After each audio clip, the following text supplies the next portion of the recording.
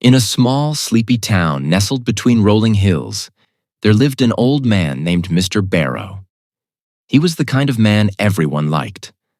Always smiling, always willing to lend a hand.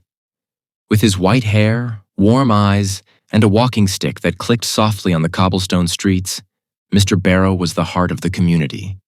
He owned a little soap shop at the corner of the main street. The store had a comforting smell, a mix of lavender, rose, and something else that no one could quite place.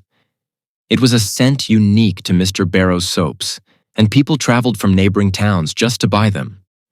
They said the soap had a way of calming your nerves, soothing aches, and leaving your skin feeling revitalized. Mr. Barrow would always greet his customers with a kind word and a chuckle, his wrinkled hands carefully wrapping each bar in brown paper. People adored him. Some said his kindness was like magic. "He puts his heart into every bar," they'd say, without knowing how literal that might be.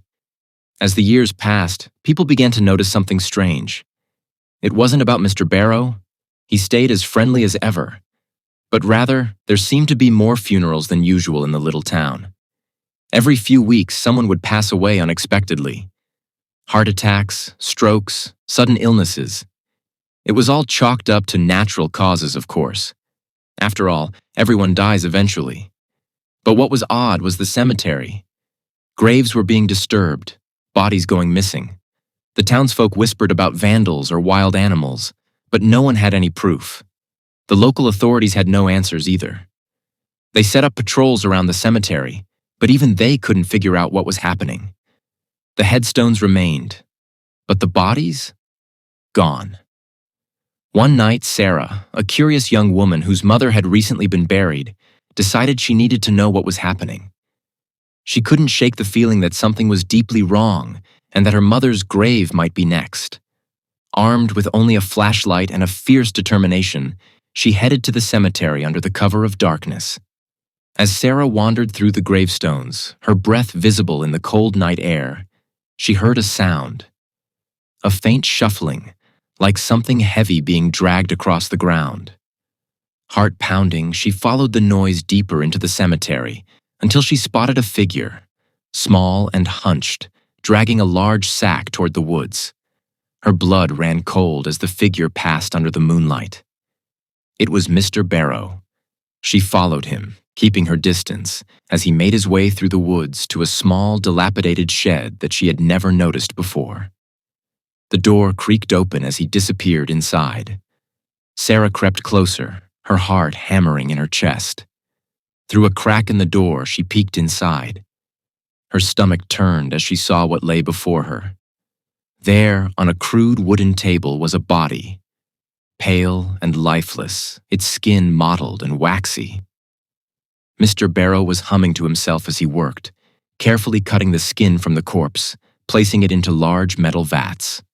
The rest of the body, the bones, organs, and hair, were discarded in a corner like trash. But it was what was in the vats that horrified her the most. He was making soap.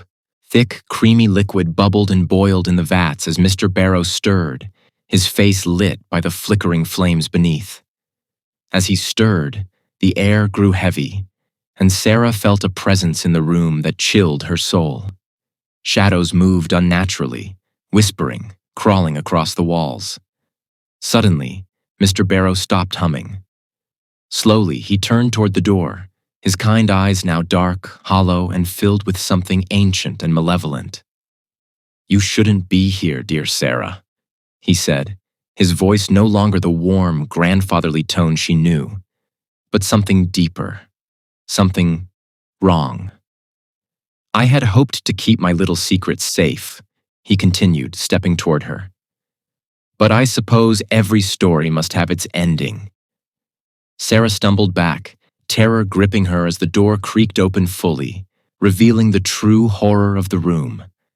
The shadows peeled away from the walls, revealing dozens of bodies strung up like puppets, their empty eye sockets staring at her. The scent she had always loved in Mr. Barrow's soap suddenly became unbearable, the scent of death masked by lavender and rose. "You see," Mr. Barrow whispered, his face twisting into a grotesque grin. "This body of mine, it's not mine at all. It's just one of many. And soon, Sarah, you'll join them. But don't worry, you'll make such lovely soap." With a shriek, Sarah turned and ran, her feet pounding the earth beneath her. Behind her, the sound of Mr. Barrows' laughter echoed through the trees, a terrible, unnatural sound that followed her all the way home.